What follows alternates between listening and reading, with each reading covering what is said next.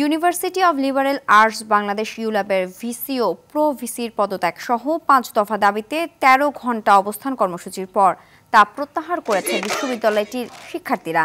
আজ দুপুরের মধ্যে পদত্যাগ না করলে আমরণ অনশনের কর্মসূচি পালনের হুঁশিয়ারি দিয়েছে শিক্ষার্থীরা। গতকাল সকাল থেকে 5 দফা দাবিতে ক্যাম্পাসে আন্দোলন শুরু করে শিক্ষার্থীরা। পরে কোনো আশ্বাস না পেয়ে বিকেল 4টা থেকে মূল ফটকের বাইরে অবস্থান নেয় তারা।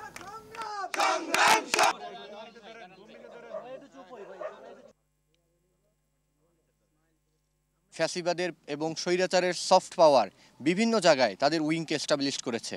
তারা লবিস্ট হিসেবে বাহিরে এবং সাংস্কৃতিক উইং হিসেবে দেশে আওয়ামী লীগকে প্রতিষ্ঠা করার জন্য সর্বোচ্চ প্রচেষ্টা করেছে। দুপুর 12টার মধ্যে তারা যদি পদত্যাগপত্র জমা না দেয় তাহলে আমরা শিক্ষার্থীরা আমরণ অন্বেষণ করতে বাধ্য হব। ওরা মেনে না নেয় তাহলে এই কর্মসূচি অব্যাহত থাকিবে।